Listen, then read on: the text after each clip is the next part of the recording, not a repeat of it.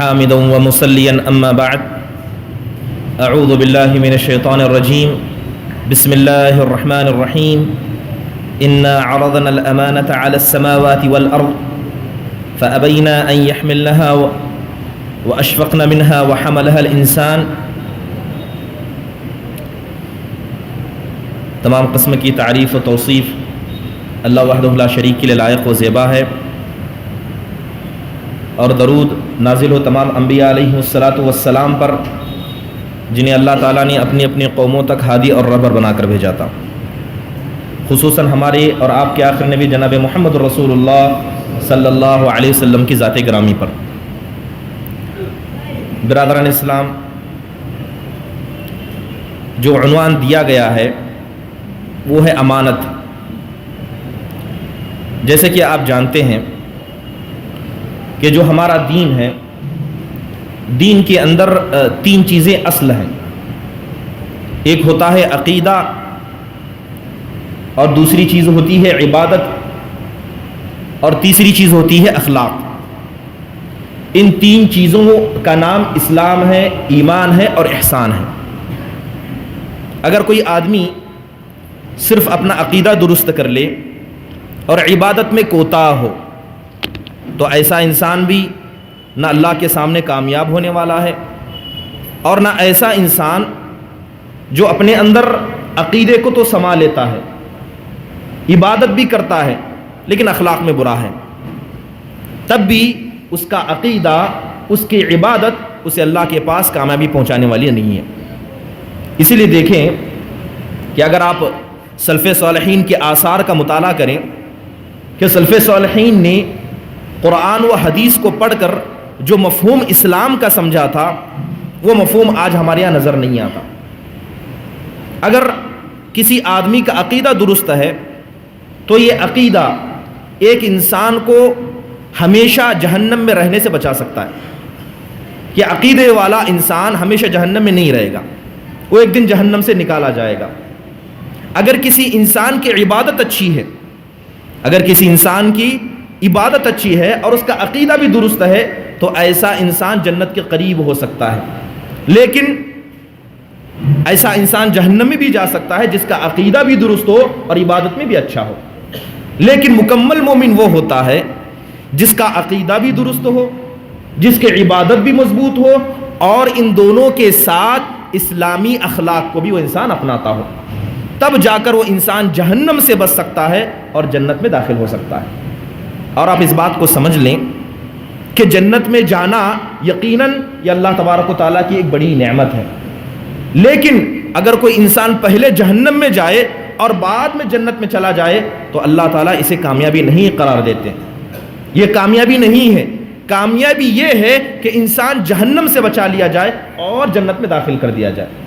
قرآن میں اللہ فرماتا ہے کہ فمن زحزح عن النار وادخل الجنۃ فقد فاز، کہ جس انسان کو جہنم سے بچا لیا گیا اور جنت کے اندر داخل کیا گیا ایسا انسان کامیاب ہونے والا ہے. تو آپ کو سمجھ میں آیا ہوگا کہ بات جب ہم اخلاق کی کرتے ہیں تو کسی انسان کا ایمان اس وقت تک مکمل ہو ہی نہیں سکتا جب تک کہ وہ اخلاق کو نہ اپنائے، اور اس کی عبادت بھی مکمل نہیں ہو سکتی جب تک کہ وہ اخلاق کو نہ اپنائے. اور آج اخلاق کے جس حصے کی گفتگو ہم کرنے والے ہیں اسے ہم امانت کہتے ہیں. اگر آپ سے پوچھا جائے کہ امانت ہے کیا، کسی آپ امانت سمجھتے ہیں، تو امانت کی تعریف علماء اکرام نے الگ الگ انداز سے کی ہے. سب سے آسان امانت کی تعریف یہ ہے کہ جو چیز انسان کے ذمے ہے اور اس کو ادا کرنا ضروری ہے. آپ کے پاس وہ چیز ہے لیکن اس کو ادا کرنا ضروری ہے، یہ امانت ہے. اور اگر انسان اس چیز کو ادا کرنے سے قاصر رہ جائے، اس چیز کو ادا کرنے میں ناکام ہو جائے تو ایسا انسان خیانت کے زمرے میں شامل ہو جاتا ہے. اسے کہتے ہیں امانت. برادران اسلام، اگر قرآن و حدیث میں امانت کی اہمیت کو دیکھیں تو آپ جان لیں کہ یہ امانت بہت عظیم چیز ہے. اتنی عظیم ہے کہ اللہ تبارک و تعالیٰ نے اس امانت کی مثالیں قرآن میں دی ہیں. اور یہ امانت ایسی چیز ہے کہ جس کے وجہ سے انبیاء نے اپنی دعوت کو مکمل کیا، اپنی قوم کے سامنے نبیوں نے اپنے آپ کو امین بنا کر پیش کیا، اور ایک ایسی چیز ہے یا اخلاق کا ایسا حصہ ہے کہ صحابہ اکرام کبھی بھی کسی چیز کو حاصل کرنے کی تمنا نہیں لگاتے، مگر ایک امانت ایسی چیز تھی جس کو پانے کی تمنا صحابہ کے دل میں بھی ہوا کرتی تھی۔ سب سے پہلے دیکھیں کہ یہ امانت ہر مسلمان پر واجب و ضروری ہے، اس کا حکم اللہ نے ہمیں دیا ہے۔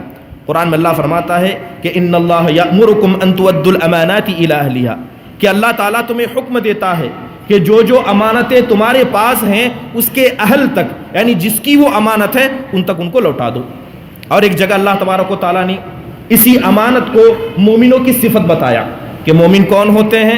جو نماز پڑھتے ہیں، اللہ کی اطاعت و فرما برداری کرتے ہیں، اور اس کے ساتھ ساتھ یہ لوگ امانتوں کا پاس و لحاظ رکھتے ہیں، جو امانتیں ان کے پاس موجود ہیں اس کو ادا کرنے کی نیت رکھتے ہیں اور اس کو ادا کرنے کے طریقے بھی ڈھونڈ لیتے ہیں۔ اللہ فرماتا ہے والذین هم لاماناتهم وعہدهم راعون، کہ حقیقی مومن تو اللہ تعالیٰ کے نزدیک وہ ہیں جو اپنی امانتوں کو اور اسی طرح اپنے عہد و پیمان کو، اپنے وعدوں کا پاس و لحاظ رکھتے ہیں، اس کی رعایت کرتے ہیں۔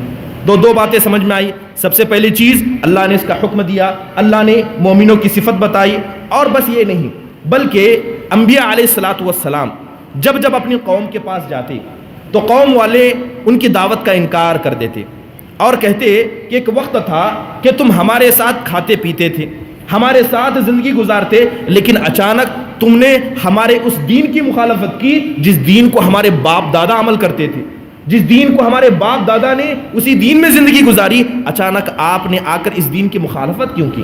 ایسے وقت میں جب انسان ایسی حالت میں آ جائے تو انبیاء اکرام میں سے کتنے ایسے انبیاء تھے جنہوں نے اپنی امانت کو لوگوں کے سامنے رکھا اور کہا کہ میں نے تمہاری یہاں زندگی گزاری، جس زندگی میں میں تم سے پہلے تھا یا تمہارے ساتھ تھا، کیا کبھی تم نے مجھے میری زبان میں خیانت کرنے والا پایا، یا کسی کے مال کو ہڑپنے والا پایا، یا زبان کے مسئلے میں جھوٹا پایا؟ جب میں تب جھوٹا نہیں تھا تو اب میں کیسے جھوٹا ہوا؟ تو امانت کو انبیاء اکرام نے اپنی قوم کے سامنے اللہ کی دعوت کو پہنچانے کا ذریعہ بتایا۔ اور قرآن میں اللہ تبارک و تعالیٰ نے 6 نبیوں کا ذکر کیا۔ کتنے؟ 6 نبیوں کا ذکر کیا جنہوں نے اپنی قوم کے سامنے کہا کہ میں تمہاری جانب اللہ کا بھیجا ہوا رسول ہوں اور تمہارے بیچ میں ایک امانت دار شخص ہوں۔ وہ 6 انبیاء کون تھے؟ ایک اللہ کے نبی صلی اللہ علیہ وسلم خود ہیں، حضرت ہود تھے، حضرت نوح علیہ السلام تھے، حضرت صالح، حضرت شعیب اور حضرت لوط علیہ السلام۔ یہ 6 انبیاء ہیں۔ ان 6 انبیاء نے اپنی قوم کے سامنے کیا فرمایا؟ سب نے کہا انی لکم رسول امین، کہ میری قوم والے سن لو کہ میں تمہارے پاس اللہ کی جانب سے بھیجا ہوا رسول ہوں اور ایک امانت دار انسان ہوں۔ اگر تمہارے مال میں میں خیانت نہیں کر سکتا تو اللہ تعالیٰ کے مسئلے میں کیسے خیانت کر سکتا ہوں؟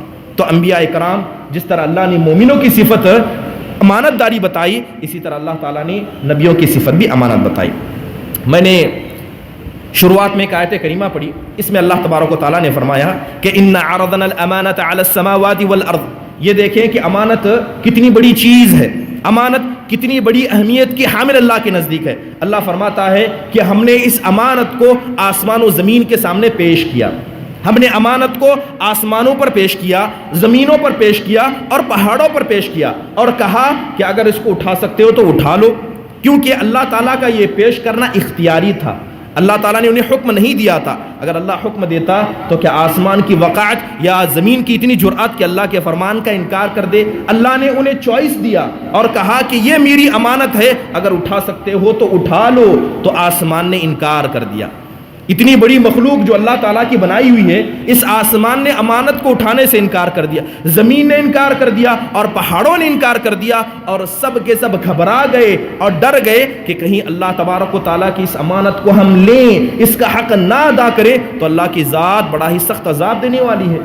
تو یہ امانت اتنی بڑی ہے کہ اس کو اٹھانے سے یہ زمین ڈر گئی، یہ آسمان ڈر گیا، اور یہ پہاڑ بھی اللہ کے سامنے گھبرانے لگ گئے۔ اللہ تبارک و تعالیٰ نے اسی کا خاکہ پیش کرتے ہوئے فرمایا کہ ہم نے اس امانت کو آسمانوں پر، زمینوں پر اور پہاڑوں پر پیش کیا، اور سب کے سب ڈر گئے، اور اسے ایک ایسے انسان نے اٹھا لیا جو جاہل بھی ہے اور ظالم بھی ہے۔ وہ انسان جس کو اللہ تعالیٰ نے فطرت سلیم عطا کی، لیکن اس کی فطرت کو اگر کسی چیز سے نقصان پہنچ سکتا ہے تو وہ 2 چیزیں ہیں جن کا ذکر اللہ تعالیٰ نے آیت کریمہ میں فرمایا۔ پہلی چیز کیا ہے؟ انسان کی جہالت، انسان کا جاہل ہونا، اور دوسری چیز انسان کا ظالم ہونا۔ برادران اسلام، اسی لیے سلف صالحین کے سامنے جب کہا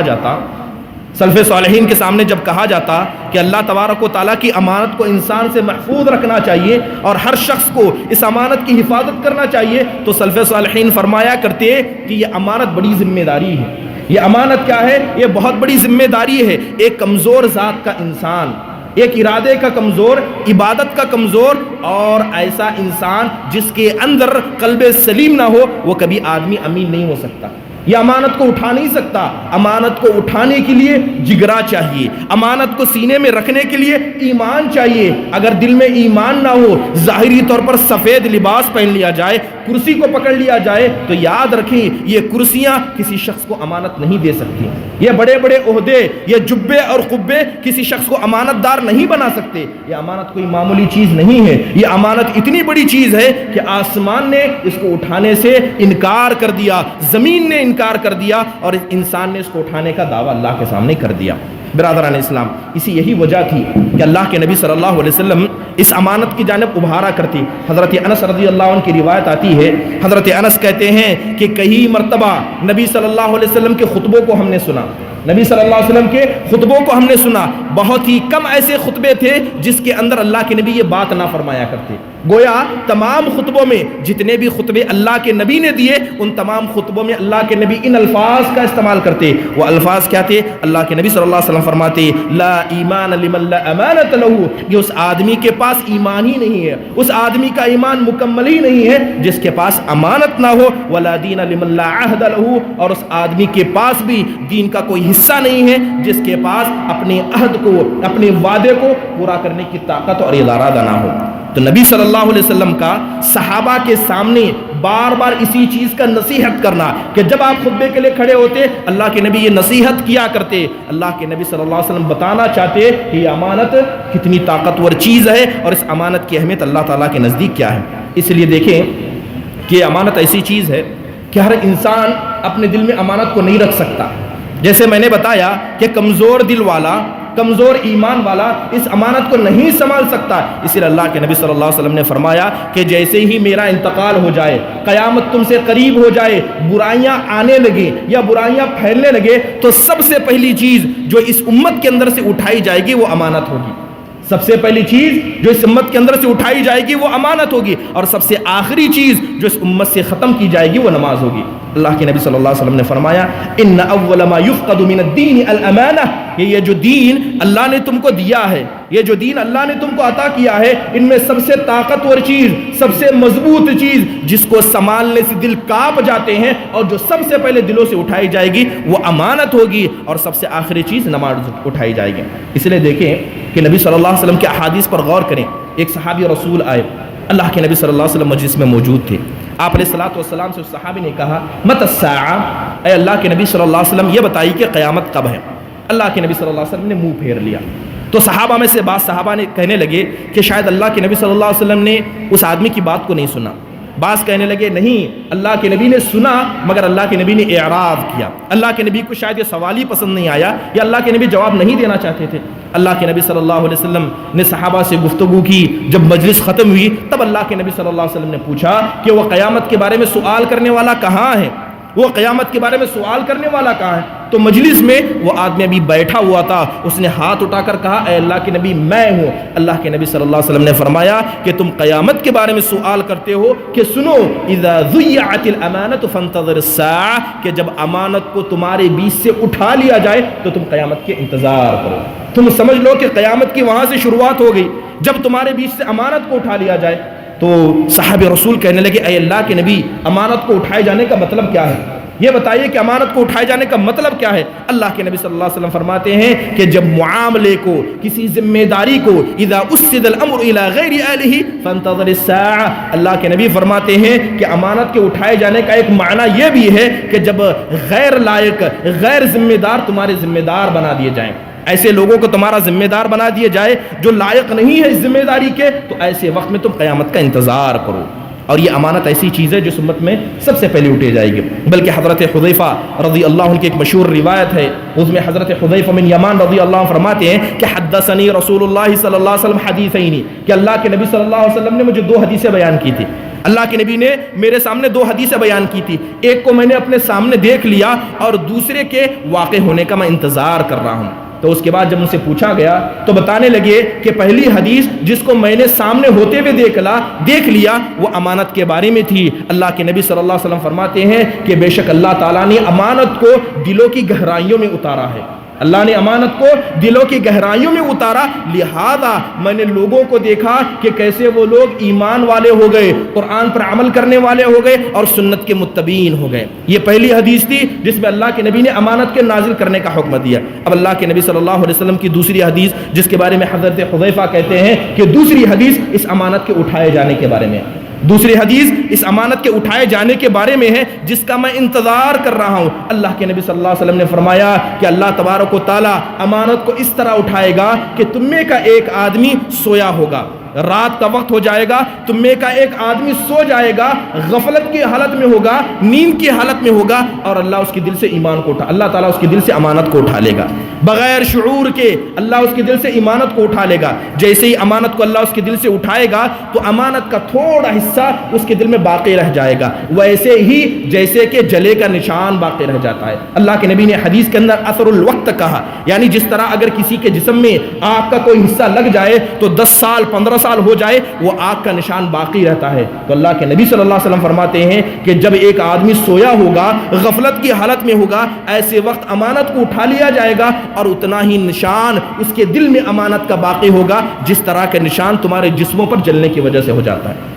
پھر ایک آدمی سوئے گا, امانت کو دھیرے دھیرے اٹھایا جائے گا. پھر ایک آدمی سوئے گا, جب وہ آدمی سوئے گا تو اس کے دل سے اور امانت کو اٹھا لیا جائے گا اور اس کے دل میں اتنا ہی نشان باقی رہے گا جتنا کہ اگر کوئی گرم چیز آپ کے جسم پر لگ جائے تو جس کی وجہ سے جسم کا ایک حصہ پھول جاتا ہے, تھوڑا سا پھول جاتا ہے, جس کے اندر فاسد پانی جمع ہوتا ہے, اتنا ہی حصہ اس کے دل میں باقی رہے گا. اس کے بعد اللہ تبارک و تعالیٰ کے حکم سے پوری امانت کو اٹھا لیا جائے گا. اس کے بعد اللہ کے نبی صلی اللہ علیہ وسلم اس حدیث کے آخر میں فرماتے ہیں کہ جب لوگوں کے دلوں سے امانت کو اٹھا لیا جائے گا تو لوگ کہیں گے کہ فلاں فلاں قوم میں ایک امانت دار آدمی ہے. یعنی امانت اتنی کم ہو جائے گی کہ قوم کے اندر, بڑی بڑی قوم کے اندر صرف ایک امانت دار آدمی ہوگا. کہ فلاں قبیلے میں, جیسے مثال کے طور پر یہ کہا جائے کہ اننت پور میں ایک امانت دار آدمی بچا ہے, بلاری میں ایک امانت دار آدمی بچا ہے, اس کے علاوہ جتنے امین جتنے لوگ موجود ہیں سب خیانت کرنے والے ہیں. ایسا وقت آنے والا ہے. اللہ کے نبی صلی اللہ علیہ وسلم فرماتے ہیں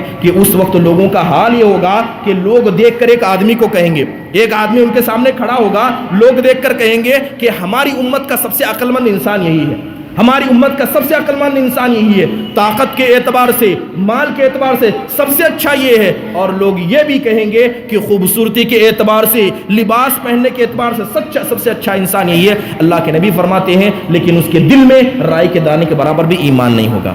تو ایسا وقت آنے والا ہے کہ اللہ تعالیٰ امانتوں کو اٹھانے والا ہے, کیونکہ یہ امانت اگرچہ دلوں کے اندر سب سے گہری جگہ, دل کی جو گہری جگہ ہوتی ہے اس کی جگہ امانت کو نازل کیا گیا, مگر اٹھائے جانے کے اعتبار سے سب سے پہلی چیز اس امت کے اندر ہوگی. اس لیے نبی صلی اللہ علیہ وسلم ہمیشہ مشورہ کیا, ہمیشہ صحابہ کو حکم دیتے کہ اس امانت کی حفاظت کی جائے, اس امانت کی حفاظت کی جائے. بلکہ ایک حدیث میں نبی صلی اللہ علیہ وسلم نے بڑے واضح انداز سے فرمایا کہ اگر تمہارے پاس مال و دولت نہ ہو, اگر تمہارے پاس عہدہ نہ ہو, اگر تمہارے پاس پہننے کے لیے اچھا لباس نہ ہو, مگر تمہارے اندر اخلاق کے کچھ صفات موجود ہو, تو سمجھ لو کہ آخرت میں کامیاب ہونے کے لیے تمہاری یہ چیزیں کافی ہیں.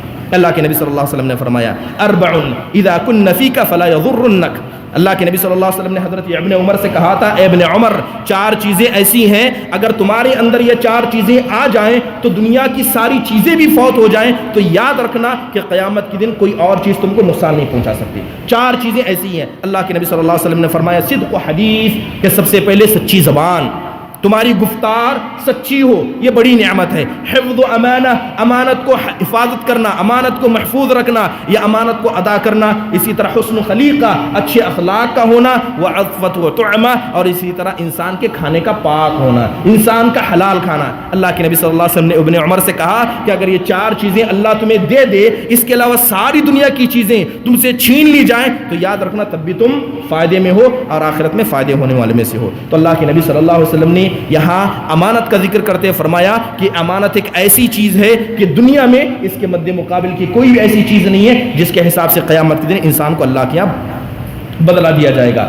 آپ جانتے ہیں کہ جب ہم سفر پر جاتے ہیں تو سفر پر جاتے ہوئے دعا دیتے ہیں، سفر پر جاتے ہوئے دعا دیتے ہیں۔ یہ دعا کس چیز کی ہوتی ہے؟ یہ دعا ہوتی ہے حفاظت کی۔ کس چیز کی حفاظت کی؟ کہ انسان مثال کے طور پر ایک آدمی سفر پر جا رہا ہے تو اسلام کہتا ہے کہ آپ اسے دعا دیں، اللہ اس کی حفاظت کرے۔ کن چیزوں کی حفاظت کرے؟ 3 چیزوں کی حفاظت کی دعا ایک مسافر کو دی جاتی ہے۔ اللہ کے نبی صلی اللہ علیہ وسلم نے فرمایا کہ انسان جب مسافر سفر پر جاتا ہے تو اس شخص اس کو دعا دیتے ہوئے کہتا ہے استودعک اللہ دینک و امانتک و خواتم اعمالک، کہ میں اللہ تعالیٰ کے نام سے تمہیں الوداع کہتا ہوں، اللہ کے نام سے الوداع کرتا ہوں کہ اللہ تمہارے دین کی حفاظت فرمائے، اللہ تمہاری امانت کی حفاظت فرمائے، اور اللہ تعالیٰ آخری عمل جو نیک ہو اس نیک عمل کے ذریعے تمہاری حفاظت فرمائے۔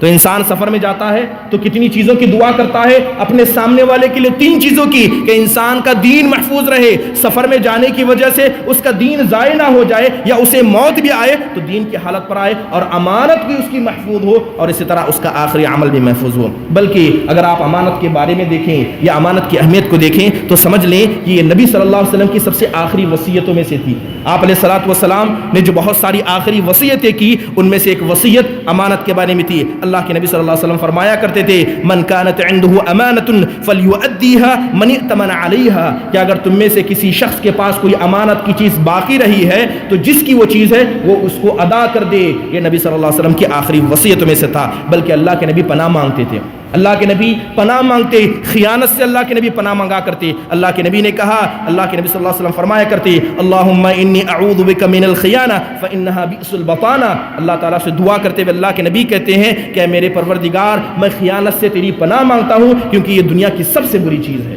تو امانت کا پاس و لحاظ رکھنا اتنا ضروری ہے۔ اور جیسے میں نے شروعات میں کہا کہ بہت سے کم ایسے اعمال ہوتے کہ صحابہ جس کے اندر رغبت دکھاتے، چاہت دکھاتے کہ کاش یہ نعمت اللہ ہمیں دے دے۔ حدیث کے اندر آتا ہے کہ ایک مرتبہ نبی صلی اللہ علیہ وسلم کے پاس ایک قبیلہ آیا، انہوں نے، یہ نصارہ میں سے تھے، انہوں نے آ کر نبی صلی اللہ علیہ وسلم کے سامنے باتیں رکھی، اللہ کے نبی نے دعوت دی، انہوں نے دعوت کا انکار کر دیا۔ اللہ کے نبی صلی اللہ علیہ وسلم نے مباہلے کی دعوت دی، کہا کہ اگر تمہارا دین سچا ہے، تم اپنے دین کو سچے سمجھتے ہو تو آؤ مباہلہ کریں۔ تو ان لوگوں نے نبی صلی اللہ علیہ وسلم کے ساتھ مباہلہ کرنے کی تیاری کر لی، لیکن ان میں کے قوم کے جو سمجھدار تھے وہ کہنے لگے کہ اگر یہ نبی سچے ہیں، اگر یہ نبی سچے ہیں تم مباہلہ کرو گے تو تم تو ہلاک ہوگے ہی ہوگے، لیکن تمہاری آنے والی نسلیں بھی برباد ہو جائیں گی۔ اگر یہ نبی سچے نہیں ہیں تو ان کے ساتھ مباہلہ کرنے کا کیا مطلب؟ لہذا انہوں نے نبی صلی اللہ علیہ وسلم کے سامنے مشورہ رکھا، اے اللہ کے نبی ہم آپ کو جزیہ دیں گے اور ہم چاہتے ہیں کہ آپ اپنے میں سے ایک امانت دار شخص کو ہمارے پاس بھیجیں، آپ کے جتنے صحابہ ہیں ان میں سے ایک امانت دار شخص کو ہمارے پاس بھیجیں تاکہ آپ کی صحیح بات کو ہم تک پہنچا سکے۔ اللہ کے نبی صلی اللہ علیہ وسلم نے کہا کہ میں تمہارے بیچ میں لأبعثن معکم رجلا امینا، کہ میں تمہارے بیچ ایک امانت دار شخص کو بھیجوں گا۔ حضرت عمر کہتے ہیں کہ کبھی مجھے خواہش نہیں تھی کسی چیز کو پانے کی، لیکن جیسا ہی اللہ کے نبی نے یہ بات کہی کہ میں تمہارے بیچ میں ایک امانت دار کو بھیجوں گا، حضرت عمر کے دل میں خواہش ہوئی کہ کاش اللہ کے نبی مجھے بھیج دیں، کیونکہ یہ امانت تھی، کوئی معمولی صفت نہیں تھی، صحابہ کے نزدیک اس کا درجہ تھا، اس کا عہدہ تھا۔ حضرت عمر نے بھی خواہش کی، اللہ کے نبی صلی اللہ علیہ وسلم نے صحابہ میں دیکھا اور حضرت ابو عبیدہ بن جراح سے کہا قم یا ابا عبیدہ، اے ابو عبیدہ جاؤ، اور جب جانے لگے تو کہنے لگے کہ لکل امت امینہ و امین هذه الامہ ابو عبیدہ بن الجراح، اللہ کے نبی نے کہا کہ ہر امت کے اندر ایک امانت دار ہوتا ہے اور اس امت کا امانت دار یہ حضرت ابو عبیدہ بن جراح رضی اللہ عنہ ہے۔ تو صحابہ کی خواہش ہوتی یہ امانت کوئی معمولی چیز نہیں ہے جسے ہم اتنا معمولی سمجھ کر چھوڑ دیں. خود اللہ کے نبی صلی اللہ علیہ وسلم کی زندگی کو دیکھیے کہ آپ علیہ الصلوۃ والسلام نے امانت کو کیسے اپنایا. نبی صلی اللہ علیہ وسلم ابھی جب آپ پر نبوت کو نازل نہیں کیا گیا تھا تو لوگ آپ کو صادق الامین کہتے, آپ کو امانت دار کہتے, اور اللہ کے نبی نے اپنے امانت داری کا ثبوت بھی دیا. وہ واقعہ آپ نے بارہا سنا ہوگا کہ حجر اسود کو لے کر قریش کے بیچ میں لڑائی ہو گئی. جب قریش نے کعبہ کو دوبارہ سے بنایا تو حجر اسود کے مسئلے میں لڑائی ہو گئی. اب لوگوں نے مسئلہ ایسا تھا کہ ہر قبیلہ چاہتا کہ ان کا سردار اٹھے اور اس حجر اسود کے پتھر کو اپنی جگہ پر لگا دے. تو لہذا جب اختلاف اتنا بڑھ گیا کہ آپس میں قتال کا مسئلہ ہونے لگا تو انہوں نے مشورہ کیا کہ کیوں نہ کسی تیسرے آدمی کو, کسی تھرڈ پارٹی کو حکم بنا دیا جائے, جو وہ فیصلہ کرے اس کو مان لیا جائے. تو سارے لوگوں کا اتفاق ہوا کہ یہ رات کا وقت ہے, جو اس وقت اس گھر میں داخل ہوگا یعنی بیت اللہ میں داخل ہوگا وہ ہمارا فیصلہ کرے گا. ایسے وقت میں نبی صلی اللہ علیہ وسلم مسجد میں داخل ہوئے تو لوگوں نے کہا کہ ھذا الامین, یہ تو ہمارا امانت دار آدمی ہے, یہ تو ہمارا امانت دار آدمی ہے. اللہ کے نبی آئے, آپ نے معاملہ سنا, ایک چادر منگائی, اس حجر اسود کے پتھر کو بیچ میں رکھا, حجر اسود کو بیچ میں رکھا اور ہر قبیلے والوں سے کہا کہ ہر شخص چادر کے ایک حصے کو پکڑ لے اور اس جگہ پر اس پتھر کو پہنچا دے جہاں اس کی جگہ ہے, وہاں تک پہنچایا گیا. اللہ کے نبی نے اس پتھر کو اٹھا کر اپنے ہاتھوں مبارک سے لگایا. تو یہ نبی صلی اللہ علیہ وسلم کی امانت داری تھی. آپ کو ایک مقام دیا گیا, آپ کو ایک فیصلہ دیا گیا, آپ نے اس فیصلے میں امانت داری دکھائی. اور یہی امانت داری تھی جس کی وجہ سے حضرت خدیجہ نے آپ سے شادی کی. آپ جانتے ہیں حضرت خدیجہ رضی اللہ عنہا کا نبی صلی اللہ علیہ وسلم کی سب سے پہلی بیوی. اللہ کے نبی صلی اللہ علیہ وسلم امانت داری, اپنی امانت داری کی وجہ سے آپ کے بیچ میں مشہور ہو گئے تھے. حضرت خدیجہ نے اپنا مال آپ کو دیا تاکہ آپ تجارت کر سکے. نبی صلی اللہ علیہ وسلم نے تجارت کی اور حضرت خدیجہ رضی اللہ عنہا کو جو نبی صلی اللہ علیہ وسلم کی سب سے بڑی صفت جو پسند آئی تھی, نبی صلی اللہ علیہ وسلم کی سچائی, آپ کی امانت داری, آپ کے اچھے اخلاق, یہاں تک کہ نبی صلی اللہ علیہ وسلم نے اسے شادی کر لی. اس کے علاوہ اگر آپ دیکھیں کہ جو سب سے بڑی امانت جس کا پاس و لحاظ آپ علیہ الصلوۃ والسلام نے رکھا وہ اللہ کی جانب سے نازل کردہ یہ شریعت تھی. جیسی شریعت اللہ تعالیٰ نے آپ کے پاس اتاری, آپ علیہ الصلوۃ والسلام نے اس امانت کو کبا حق اپنے قوم والوں تک پہنچا دیا. وہ قوم والے جنہوں نے آپ کو مارا, آپ کے گھر والوں کو ستایا, نماز پڑھنے جاتے آپ کے سر پر اونٹ کی اوجڑی رکھ دیتے, لیکن اللہ کے نبی صلی اللہ علیہ وسلم نے ان کی دشمنی کی وجہ سے کبھی اس امانت میں خیانت نہیں کی. یہاں تک کہ خود اللہ تعالیٰ نے ساتوں آسمان سے آپ کے اس امانت کی ادائیگی کی ضمانت دیتے ہوئے فرمایا کہ آپ نے اس امانت کو اللہ کے سامنے ادا کر دیا. اس کے علاوہ جب نبی صلی اللہ علیہ وسلم, آپ جانتے ہیں کہ نبی صلی اللہ علیہ وسلم امین تھے, غیر مسلم بھی آپ علیہ الصلوۃ والسلام کے پاس اپنے بہت سارے سامان رکھا کرتے. جب آپ ہجرت کو جا رہے تھے تو اللہ کے نبی صلی اللہ علیہ وسلم نے اپنے بستر پر حضرت علی کو رکھا اور کہا تھا کہ یہ دیکھو مشرکین کی بہت ساری امانتیں ہیں, میں یہاں سے چلا جاؤں تو ان امانتوں کو ان کے صاحب تک پہنچا دینا. یہ نبی صلی اللہ علیہ وسلم کی امانت تھی. اور جہاں تک بات امانت کی ہے تو آپ یہ بات جان لیں, یہ بات آپ جان لیں کہ جس آدمی کے دل میں امانت کو ادا کرنے کا جذبہ رہتا ہے, اگر کوئی آدمی سچے دل سے امانت کو ادا کرنا چاہتا ہے تو اللہ تعالیٰ ایسے آدمی کے لیے کافی ہو جاتا ہے, اللہ ایسے آدمی کے لیے کافی ہو جاتا ہے. وہ مشہور قصہ آپ نے بارہا سنا ہوگا کہ بنی اسرائیل کے زمانے میں ایک آدمی تھا, بنی اسرائیل کے زمانے میں ایک آدمی تھا, اس نے اپنے ایک بھائی سے پیسے طلب کیے, 1000 دینار کا مطالبہ کیا.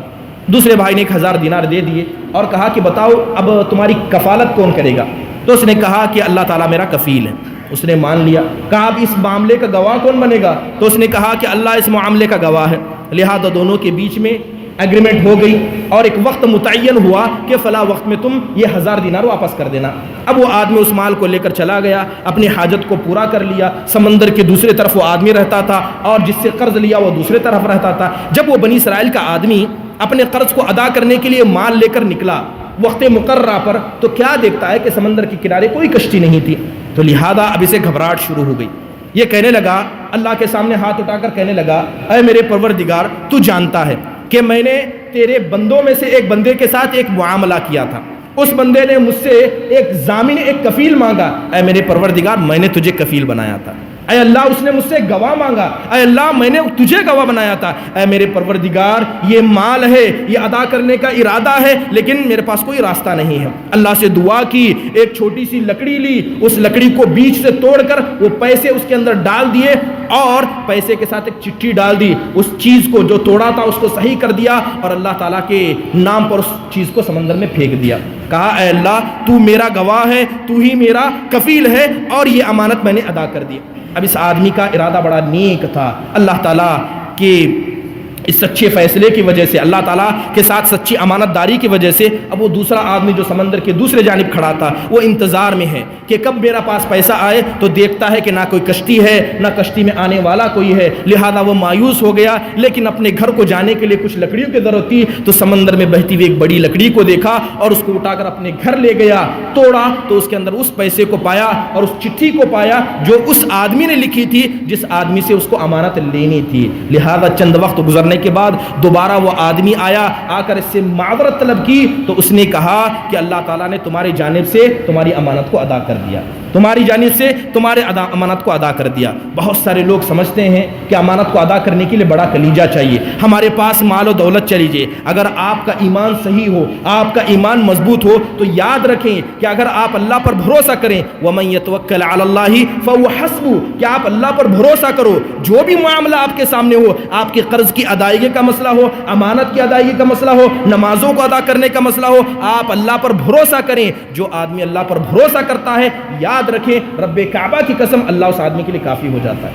اللہ اس آدمی کے لیے اس نے جو ارادہ کیا ہے اللہ اس کے لیے کافی ہو جاتا ہے. برادران اسلام، امانت کو ادا کرنے کے بہت سارے فائدے ہیں. امانت کو ادا کرنے کے بہت سارے فائدے ہیں. سب سے بڑا فائدہ امانت ادا کرنے سے یہ ہوتا ہے کہ انسان کا دل پاک ہو جاتا ہے، انسان کا دل صاف ہو جاتا ہے دنیا کی گندگی سے، مال و دولت کی گندگی سے، اور اسی طرح جتنی بھی گندگی اخلاق کو لگ سکتی ہے ہر طرح کی گندگی سے انسان کا تزکیہ ہو جاتا ہے. اور آپ جانتے ہیں کہ انسان چاہے کتنے بھی نمازیں اللہ کے پاس لے کر آئے، جتنا بھی مال اس نے اللہ کی راہ میں صدقہ کیا ہو، کتنا بھی مال لے کر لائے، لیکن ایسا دل لے کر اللہ کے پاس نہ جائے تو جو دل صحیح سالم ہو تو آدمی کبھی کامیاب نہیں ہو سکتا.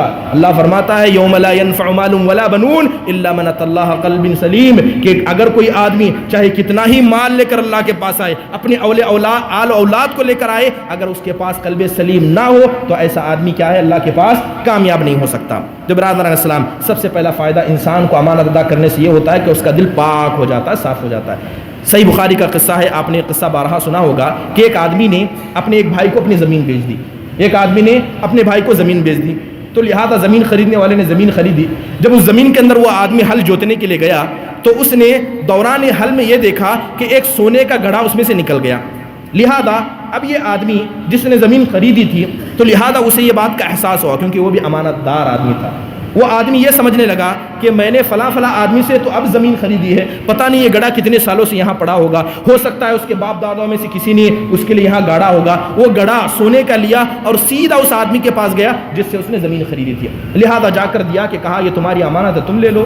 اب وہ زمین بیچنے والا بھی امانت دار تھا. وہ کہنے لگا کہ اللہ کے بندے، میں نے جب تم کو زمین دے دی تو زمین اور اس کے اندر کی ساری چیزیں تم کو دے دی، یہ میرا نہیں ہے، کیونکہ وہ بھی امانت دار تھا. اب دونوں کے بیچ میں اختلاف ہو گیا. ایک قاضی کے پاس گئے، دونوں مل کر قاضی کے پاس گئے. قاضی نے معاملے کو غور سے سنا اور فکر کیا، غور کیا اور کہا کہ کیا تمہارے پاس کوئی اولاد ہے؟ کیا تمہارے پاس کوئی اولاد ہے؟ کہا، ایک نے کہا کہ میرے پاس ایک لڑکا ہے، دوسرے نے کہا میرے پاس لڑکی ہے. تو اس قاضی نے کہا کہ دونوں کی شادی کر دی جائے اور شادی کرنے کے بعد یہ مال ان پر خرچ کیا جائے اور اس مال سے صدقہ کر دیا جائے. تو امانت کے مسئلے میں شارحین حدیث فرماتے ہیں کہ اگر کوئی آدمی امانت کو ادا کرنے کا ارادہ کرتا ہے یا امانت کو دل میں رکھتا ہے تو اللہ ہر طرح کی گندگی سے، چاہے وہ مال کی گندگی ہو، شہرت پرستی کی گندگی ہو، ہر گندگی سے اللہ تعالیٰ پاک کر دیتا ہے. امانت کا ایک دوسرا بڑا فائدہ یہ ہے کہ جو لوگ امانت کو ادا کرتے ہیں اللہ تعالیٰ ایسے لوگوں کی زندگیوں میں برکت دے دیتے ہیں.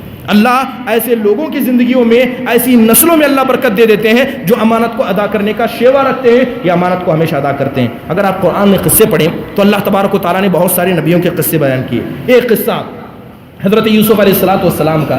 آپ جائیے حضرت یوسف علیہ السلام کی زندگی کو دیکھیے، پوری امانت کا حقیقی پیکر ہے. ایک عورت نے دعوت دی، انہوں نے اللہ تعالیٰ نے جو نشانیاں نازل کی تھی، امانت، اپنی عزت و عفت کی حفاظت کرتے ہوئے امانت اختیار کی، اس سے اپنے آپ کو دور رکھا، یہاں تک کہ اسی وجہ سے جیل میں جانا پڑا. جیل میں جانا پڑا تو جس عورت کی وجہ سے آپ جیل میں گئے تھے، جو وہاں کا بادشاہ تھا، اس نے آپ کے ساتھ بہت سارے تعاملات کیے. جیل میں ڈالا گیا، ایک خواب آپ سے پوچھا گیا. جب آپ سے خواب پوچھا گیا تو حضرت یوسف علیہ السلام نے اس خواب کی صحیح تعبیر بتائی.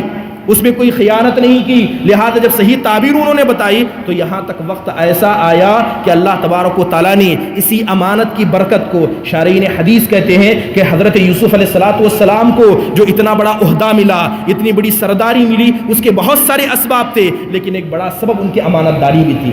تو لہذا اس امانت کی وجہ سے اللہ تعالیٰ نے ان کو اس ملک کا بادشاہ بنا دیا جو کبھی اس امانت داری کی وجہ سے جیل میں تک چلے گئے تھے۔ حضرت موسیٰ علیہ السلام کا قصہ مشہور ہے کہ حضرت موسیٰ علیہ السلام نے بھی امانت دکھائی، اپنی نگاہوں کی امانت دکھائی، اسی طرح اپنے اللہ تعالیٰ کے کلام کی امانت دکھائی، یہاں تک کہ حضرت شعیب علیہ السلام کی بیٹیوں سے جو آپ کا نکاح ہوا وہ کس وجہ سے تھا، اس کے اندر اللہ تعالیٰ نے خود ذکر کیا ہے کہ ان میں سے ایک بیٹی اپنے ابا جان سے کہتی ہے کہ یہ ابا جان، یہ آدمی جس نے ہماری بکریوں کو پانی پلایا ہے، یہ آدمی طاقتور بھی ہے اور امانت دار بھی ہے، آپ اس کو رکھ لیجئے۔ تو حضرت شعیب علیہ السلام کے سامنے جب دو چیزیں ذکر کی گئی، ایک طاقت کا، دوسری امانت داری کا، تو اللہ حضرت شعیب علیہ السلام نے حضرت موسیٰ کو کام پر رکھا، نعمت بھی عطا کی، اپنی بیٹی بھی دی اور اللہ نے نبوت سے بھی سرفراز کیا۔ تو یہ امانت کے بہت سارے فائدے ہوتے ہیں۔ امام ابن عساکر رحمہ اللہ نے اپنی کتاب تاریخ ابن دمشق کے اندر ایک واقعہ نقل کیا ہے، اگرچہ اس واقعے کے اندر بہت سارا اختلاف ہے، بلکہ کئی علماء نے اس واقعے کو ضعیف بھی قرار دیا ہے، لیکن عبرت کے لیے واقعہ کافی ہے۔ آپ نے یہ واقعہ بارہا سنا ہوگا کہ حضرت عمر بن خطاب رضی اللہ عنہ کے دور میں یہ دیکھیے کہ اگر کوئی آدمی امانت داری اختیار کرتا، چاہے مرد ہو یا عورت، اللہ کیسی برکت عطا کرتا ہے۔ ابن عساکر رحمہ اللہ لکھتے ہیں کہ حضرت عمر کا یہ معمول تھا، حضرت عمر کی یہ عام عادت تھی کہ رات میں گشت کرنے کے لیے نکلتے، تو لہذا گشت کرتے کرتے ایک گھر کے پاس پہنچے اور وہاں پر انہوں نے ایک ماں اور ایک بیٹی کی گفتگو کو سنا۔ ماں کہہ رہی تھی کہ بیٹی اس دودھ کے اندر پانی ملا دو، تو وہ بیٹی کہنے لگی کہ اماں جان میں پانی کیسے ملاؤں، جبکہ حضرت عمر نے منع کیا ہے کہ جب تم دودھ بیچنا تو خالص دودھ بیچنا، دودھ میں پانی مت ملانا۔ تو ماں نے کہا اے بیٹی عمر ہمیں نہیں دیکھ رہے ہیں، عمر یہاں نہیں ہے کیا میں دیکھ رہے ہیں؟ تو اس بچی نے جواب دیا اگرچہ عمر نہیں دیکھ رہے ہیں لیکن عمر کا رب تو دیکھ رہا ہے، عمر کا رب تو دیکھ رہا ہے۔ حضرت عمر کو یہ ادا بڑی پسند آئی، حضرت عمر نے اس گھر کو یاد رکھا، صبح گئے اور وہ دودھ والی عورت، وہ بیٹی جو ایک دودھ بیچنے والی کی تھی، حضرت عمر بن خطاب رضی اللہ عنہ نے اس کی امانت داری کی وجہ سے اپنے بیٹے عاصم کے ساتھ ان کی شادی کرا دی، اپنے بیٹے عاصم کے ساتھ ان کی شادی کرا دی۔ ایک معمولی عورت سیدھا خلیفہ کے بیٹے کی بیوی بن گئی۔ اب دیکھیں اس بیٹی سے دو بیٹیاں پیدا ہوئیں، اس بیٹی سے دو بیٹیاں پیدا ہوئیں اور ان میں سے ایک بیٹی ایسے شخص کی ماں تھی جسے ہم عمر بن عبدالعزیز رحمہ اللہ کہتے ہیں، حضرت عمر بن عبدالعزیز کہتے ہیں۔ تو ابن عساکر اس واقعے کو نقل کرنے کے بعد کہتے ہیں کہ اگر کوئی آدمی امانت کو اپنا لیتا ہے، اس آدمی نہیں بلکہ اس کی آنے والی نسلوں تک کی اصلاح ہو جاتی ہے، یہ اللہ تعالیٰ کی جانب سے ایک بڑی نعمت ہوتی ہے۔ برادران اسلام، اگر امانت کے بارے میں اقوال دیکھیں تو بہت سارے سلف صالحین کے صحابہ اکرام کے اقوال ہیں۔ حضرت ابو بکر کہا کرتے تھے اصدق الحدیث الامانہ واکذب الحدیث الخیانہ، کہ جتنی سچے باتیں ہو سکتی ہیں، سچی باتوں میں سب سے سچی بات امانت داری ہے، اور جتنی باتیں جھوٹی ہو سکتی ہیں سب سے جھوٹی بات خیانت ہے۔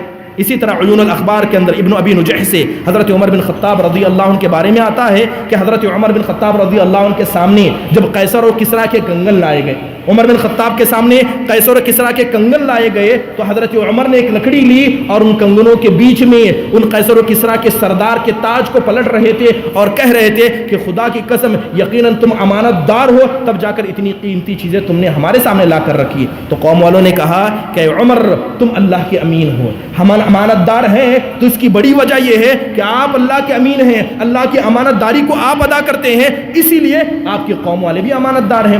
اس کے علاوہ حضرت عمر رضی اللہ عنہ فرمایا کرتے، حضرت عمر فرمایا کرتے کہ کسی آدمی کی نماز مجھے دھوکہ نہیں دے سکتی، کسی آدمی کا روزہ مجھے دھوکہ نہیں دے سکتا، جو چاہے نماز پڑھے، جو چاہے روزہ رکھے، اگر وہ امانت دار نہیں ہے تو میرے نزدیک وہ آدمی ایمان والا بھی نہیں ہے۔ نماز پڑھنے والا مومن میرے نزدیک نہیں ہے، روزہ رکھنے والا نہیں ہے، بلکہ جو امانت دار ہے وہ میرے نزدیک کیا ہے؟ سب سے بڑا مومن ہے۔ حضرت عمر، بلکہ حضرت عبداللہ بن مسعود رضی اللہ عنہ کا قول ہے کہ جب ایک انسان اللہ کی راہ میں قتل کر دیا جاتا ہے، ایک انسان اللہ کی راہ میں قتل کر دیا جاتا ہے تو اللہ اس کے سارے گناہوں کو معاف فرماتے ہیں سوائے امانت میں خیانت کے۔ اگر انسان اللہ کی راہ میں قتل بھی کر دیا جائے، اگر اس نے خیانت کی ہوگی تو یہ اس کا گناہ معاف نہیں ہوگا، اللہ تعالیٰ اس کا حساب و کتاب لے گا۔ اسی لیے دیکھیں کہ بلکہ ابن عباس ابن عباس رضی اللہ عنہ فرمایا کرتے تھے کہ جہاں تک بات امانت کی ہے، آج لوگ امانت کو ادا کرنے میں بہانہ کرتے ہیں کہ ہمارے پاس مال نہیں نہیں تھا، ہمارے پاس یہ تھا وہ تھا۔ حضرت ابن عباس فرماتے ہیں کہ لم یرخص اللہ لمعسر ولا لموسر ان یمسک الامانہ، کہ چاہے انسان کتنا تنگ دست ہو، کتنا مالدار بھی ہو، لیکن امانت کو ادا کرنے سے اگر کوئی ہیلا و بہانہ کرتا ہے تو یہ بہانہ اللہ کے یہاں قابل قبول نہیں ہوتا۔ برادران اسلام، بات بہت زیادہ ہو رہی ہے امانت کی چند چیزیں۔ آپ جانتے ہیں کہ یہ لفظ جو امانت ہے یہ بہت بڑا مفہوم اپنے اندر رکھتا ہے۔ یہ جو لفظ امانت ہے یہ بہت بڑا مفہوم رکھتا ہے۔ امانت کے کئی سارے مفہوم شریعت کے اندر ہیں۔ سب سے پہلا امانت کا مفہوم یہ ہے کہ امانت کا مطلب یہ ہے کہ اللہ تعالیٰ کے جو احکام ہیں، یہ امانت کا پہلا اور سب سے بڑا مفہوم ہے کہ اللہ تعالیٰ کے جتنے احکام ہیں، جن چیزوں کا اللہ نے حکم دیا ہے اور جن چیزوں سے اللہ نے منع کیا ہے، یہ اللہ کی امانت ہے۔ اور اسی امانت کا ذکر اللہ نے آیت میں فرمایا کہ انا عرضنا الامانۃ علی السماوات والارض، کہ ہم نے امانت کو آسمان و زمین پر، یعنی اللہ کے احکام کو، اس کی احکام کو ماننا، اس کے حرام کردہ چیزوں سے بچنے کا حکم اللہ نے آسمان و زمین پر نازل کیا تو سب نے انکار کیا۔ یہ ایک امانت کا ایک حصہ ہے۔ امانت کے اور اقسام دیکھیں۔ امانت کا دوسرا حصہ جسے ہم عام طور پر سمجھتے ہیں، امانت کا پہلا حصہ یہ ہے کہ اگر آپ نے نماز نہیں پڑھی تو آپ خیانت کر رہے ہیں، اگر آپ حرام چیزوں کا استعمال کرتے ہیں تو آپ اللہ کے نزدیک خیانت کرنے والے ہیں، اگر آپ نمازوں کو، اللہ کے احکام پر عمل کرتے ہیں تو آپ امانت دار ہیں۔ یہ امانت کا پہلا حصہ۔ دوسری چیز جسے ہم امانت کے بارے میں سمجھتے ہیں، مال و دولت کے مسئلے میں امانت۔ مال و دولت کے مسئلے میں امانت، مال و دولت کے مسئلے میں جہاں تک امانت کی بات ہے یہ دو طرح کی ہوتی ہے۔ ایک ہوتی ہے واجبی امانت، ایک ہوتی ہے ضمنی امانت۔ ایک ہے واجبی امانت۔ واجبی امانت یہ ہے کہ اگر کوئی انسان آپ کے پاس کوئی چیز ودیعت کے طور پر رکھ دے، مثال کے طور پر میں نے یہ قلم فلاں شخص کے پاس رکھا اور کہا کہ یہ امانت ہے، اس کو لوٹا دینا، تو اسے کہتے ہیں واجبی امانت۔ اس کو لوٹانا واجب اور ضروری ہے، اور جس حالت میں ہے، جس شکل میں، اسی شکل میں لوٹانا ضروری ہے۔ اگر اس میں انسان تھوڑی بھی خیانت کرتا ہے تو آدمی کلی طور پر اللہ کے نزدیک خیانت اور خائن شمار ہوگا۔ ایک ہوتی ہے ضمنی امانت، ایک ہوتی ہے ضمنی امانت کہ اصل میں مال آپ کا ہے لیکن وقت ہونے پر وہ امانت کسی کی اور ہو جاتی ہے۔ مثال کے طور پر کرایہ کا ادا کرنا۔ بہت سارے لوگ کرائے کے گھر میں رہتے ہیں تو ایک اگریمنٹ ہوتی ہے، کرایہ دار کے بیچ میں اور رہنے والے کے بیچ میں ایک اگریمنٹ ہوتی ہے۔ اگریمنٹ یہ ہوتی ہے کہ آپ کو ہر مہینہ کرایہ ادا کرنا ہے۔ اگر کوئی آدمی ہر مہینے کو کرایہ نہیں ادا کرتا ہے یا کرایہ ادا کرنے سے تاخیر کرتا ہے تو یہ خیانت میں ضمنی خیانت شمار کی جاتی ہے۔ یہ خیانت کا ایک حصہ ہے کہ آپ اپنے کرائے کو وقت پر نہ ادا کریں۔ اسی طرح کسی شخص سے کوئی عاریت کی چیز پر لیں، گھروں کے اندر جیسے خواتین کرتے ہیں، کسی سے تیل مانگ لیا، کسی سے چاول مانگ لیا، اگر آپ نے وعدہ کیا ہے کہ فلاں وقت پر لوٹاؤں گی، اگر آپ نہیں لوٹاتے ہیں تو یہ ضمنی خیانت میں شمار ہوتا ہے۔ اسی طرح آج جیسے ہمارے یہاں چٹھی وغیرہ ڈالتے ہیں، مضاربہ کی شکل ہے، مشارکے کی شکل ہے کہ ہم پیسے ایک ساتھ اکٹھا کرتے ہیں، تو ہر شخص کا اتفاق ہوتا ہے کہ ٹائم پر پیسہ ادا کیا جائے، ہر فریق ٹائم پر ادا کرے۔ اگر کوئی آدمی ادا کرنے سے آگے پیچھے کرتا ہے، تاخیر سے ادا کرتا ہے، تو اس کو بھی ضمنی خیانت اسلام کے اندر شمار کی جاتی ہے۔ اور ایک واجبی خیانت میں، واجبی خیانت میں عقد و پیمان ہوتا ہے۔ عہد و پیمان جسے ہم کیا ہے اگریمنٹ کہتے ہیں کہ اگر کوئی شخص کسی کے ساتھ اگریمنٹ کر لے تو یہ واجبی عہد و پیمان میں شامل ہوتا ہے۔ مثال کے طور پر بہت سارے یہاں ٹیچرز لوگ موجود ہیں، میں ان کے بارے میں کہنا چاہوں گا کہ آپ نے گورنمنٹ سے اگریمنٹ کر لیا، آپ گورنمنٹ کے ٹیچر بن گئے، تو اگریمنٹ وقت پر ہوتی ہے کہ صبح 7 بجے آپ کو اسکول میں آنا ہے اور 4 بجے واپس جانا ہے۔ تو یہ عہد و پیمان میں آتا ہے، جب آپ نے کسی چیز پر اگریمنٹ کر لیا، آپ کو صبح 7 بجے آنا ہے، آپ 9 بجے آ رہے ہیں، اور 4 بجے جانا ہے، آپ 3 بجے جا رہے ہیں، یہ خیانت میں شمار ہوتا ہے، یہ خیانت میں شامل ہوتا ہے۔ اور یہ خیانت کا وہ حصہ ہے جس کا تعلق عہد و پیمان سے ہے کہ المؤمنون علی شروطہ، مومن کی سب سے بڑی شان یہ ہوتی ہے کہ مومن جو زبان سے ایک بار کہہ دے، جس چیز پر اگریمنٹ ہو جائے، کوئی آدمی اس اگریمنٹ سے نہیں پیچھے ہٹتا۔ اور اسی طرح کچھ غیر عقدی طور پر بغیر کسی اگریمنٹ کے کچھ چیزیں ہوتی ہیں، مثال کے طور پر جسے شریعت کے اندر لقطہ کہا جاتا ہے۔ راستے میں جا رہے تھے، اچانک آپ کو ایک فون مل گیا، آپ نے کسی سے ڈیل نہیں کی ہے، آپ نے کسی سے عہد و پیمان نہیں کیا ہے کہ وہ فون کو اٹھا کر اس سے صاحب تک پہنچا دیں گے، لیکن یہ غیر مباشر طریقے سے اللہ تعالیٰ کے نزدیک ایک امانت ہے کہ آپ اس کو لیں، اگرچہ آپ نے اگریمنٹ نہیں کی ہے مگر اس کے حقدار تک اس کو لوٹا دیں۔ یہ امانت کا ایک بڑا حصہ ہے جو بغیر اگریمنٹ کے ہوتا ہے۔ برادران اسلام، امانت کا ایک حصہ ہوا۔ اور یہ جہاں تک مالوں کی امانت ہے، آپ اس بات کو یاد رکھیں، اللہ کے نبی صلی اللہ علیہ وسلم نے فرمایا من اخذ اموال الناس یرید اداءها، کہ اگر کوئی آدمی کسی سے مال لیتا ہے اور ادا کرنے کا ارادہ رکھتا ہے تو اللہ تعالیٰ اس کی جانب سے ادا کر دیتا ہے۔ دل میں سچی نیت ہے، کسی سے قرض لیا، بیع و شراء کرنے چاہے، کوئی بھی کام مالوں کا کام آپ نے کیا، ادا کرنے کی نیت ہے تو اللہ تعالیٰ اس میں مدد فرما دیتا ہے۔ اور جو آدمی کسی کو نقصان پہنچانے کی نیت سے مال لیتا ہے، اللہ اس کے مال کو خود نقصان کر دیتا ہے۔ تو لہذا مالوں کے مسئلے میں اس عمل کو ہمیشہ یاد رکھنا چاہیے۔ اور اسی طرح یہ کام کے مسئلے میں ایک چیز یہ بھی ہے جس کو امانت میں علماء شمار کرتے ہیں کہ انسان کو جو بھی کام سونپا جائے، ایگریمنٹ سے ہو یا بغیر ایگریمنٹ کے، اگر کوئی بھی کام آپ کو سونپا جائے تو اس کام کو آپ پرفیکٹ انداز سے کریں۔ اگر آپ ٹیچر ہیں تو جتنے بہترین طریقے سے ہو سکتا ہے آپ ٹیچنگ کریں۔ اگر آپ ڈاکٹر ہیں تو جتنے بہترین طریقے سے ہو سکتا ہے مریضوں کا علاج کریں۔ اگر آپ داعی اور مبلغ ہیں یا جیسے میں ایک مقرر ہوں تو میرے اندر بھی امانت ہونی چاہیے کہ میں باتوں کو، اچھی باتوں کو آپ کے سامنے رکھوں۔ یہ بھی ایک امانت کا حصہ ہے، یہ بھی ایک امانت کا حصہ ہے کہ جو انسان جس کام کے لیے مقرر کیا گیا اس کام میں وہ پرفیکٹ ہو جائے، اور اللہ کو یہ صفت بڑی پسند ہے۔ اللہ کے نبی فرماتے ہیں کہ ان اللہ یحب اذا عمل احدکم عملا ان یتقنہ، کہ اللہ تعالیٰ کو یہ ادا بڑی پسند آتی ہے کہ جب کسی انسان کے پاس کوئی کام سونپا جائے تو اس کو بہترین طریقے سے ادا کرے۔ امانت کا ایک حصہ یہ بھی ہے۔ امانت کا ایک حصہ عزت سے تعلق رکھتا ہے کہ عزتوں کے مسئلے میں انسان کو امانت دار ہونی چاہیے۔ کسی کی غیبت کرنا یہ خیانت ہے، کسی کی چغلی کرنا یہ خیانت ہے۔ اگر آپ کے پاس کسی کا معاملہ پہنچے اور آپ اس معاملے کو لوگوں کے سامنے پھیلائیں تو یہ عزتوں کے اندر خیانت ہے۔ اسی طرح جسم کے اندر امانت ہے۔ اللہ تعالیٰ نے آپ کے جسموں کے اندر امانت عطا فرمائی کہ آپ اپنے جسم کو نقصان نہیں پہنچا سکتے۔ آپ کوئی بھی ایسا ناکام کریں جو آپ کے جسم کو نقصان پہنچا رہا ہے۔ شوگر کے مریض ہیں پھر بھی میٹھا کھاتے ہیں، یہ خیانت ہے، اپنے جسموں کے ساتھ خیانت ہے۔ آپ کو پتا ہے کہ بیڑی اور سگریٹ پینا یہ حرام ہے، اور اس کے ساتھ ساتھ یہ خیانت میں بھی اس کا شمار ہوتا ہے، کیونکہ انسان ایسا کوئی بھی کام کرے جو انسان کے جسم کو نقصان پہنچائے تو یہ جسم کے ساتھ خیانت کرنا ہے۔ اور اس کی طرح علم کے ساتھ انسان کو امانت داری اختیار کرنا چاہیے۔ علم کے مسئلے میں امانت داری یہ ہے کہ جو اللہ نے کہا ویسے ہی کہیں، جو رسول نے کہا ویسے ہی کہیں۔ اپنی طرف سے منمانی باتیں گھڑ کر لوگوں کے سامنے بیان کرنا یہ خیانت میں شامل ہوتا ہے، اور اللہ اس کے رسول پسند نہیں کرتے۔ اور امانتوں میں سے ایک بڑی چیز امانت ہے ذمہ داری کی امانت۔ بڑی امانت کیا ہے؟ ذمہ داری کی امانت۔ اگر کسی کو ذمہ دار بنا دیا جائے، چاہے ذمہ دار آپ کسی عورت کے شوہر کے طریقے سے ہو جائیں، چاہے ذمہ دار آپ گھر کے بڑے اولاد کی شکل میں ہو جائیں، یا ذمہ دار آپ قوم کے بن جائیں، یا ذمہ دار کسی مدرسے کے، کسی مسجد کے، یا کسی بھی جگہ کے، اگر آپ ذمہ دار بن جائیں تو یہ اللہ کی جانب سے نازل کردہ ایک امانت ہے، اور اس امانت میں خیانت کرنا اللہ کے سامنے بڑا ہی یعنی جرم کے شکل میں ہوتا ہے۔ حضرت ابو ذر رضی اللہ عنہ نبی صلی اللہ علیہ وسلم کے پاس آئے اور آ کر کہا اے اللہ کے نبی صلی اللہ علیہ وسلم اگر میرے لائق کوئی کام ہو تو عطا کریں۔ گویا براہ راست انہوں نے کوئی ذمہ داری مانگی۔ اللہ کے نبی صلی اللہ علیہ وسلم نے حضرت ابو ذر رضی اللہ عنہ کے کندھے پر تھپتھپایا اور کہا کہ ابو ذر تم کمزور انسان ہو، کہا کہ ابو ذر تم کمزور انسان ہو، اور یہ ذمہ داری امانت ہے، اور قیامت کے دن ذمہ داری کو نہ ادا کرنا یہ اللہ کے پاس نقصان پہنچانے والا اور انسان کو ذلیل کرنے والا عمل ہے۔ تو لہذا اگر کسی کو کوئی ذمہ دار بنا دیا جائے تو یہ ذمہ داری اللہ کے نزدیک امانت ہو جاتی ہے۔ بلکہ اللہ تعالیٰ نے ذمہ داری کے بارے میں،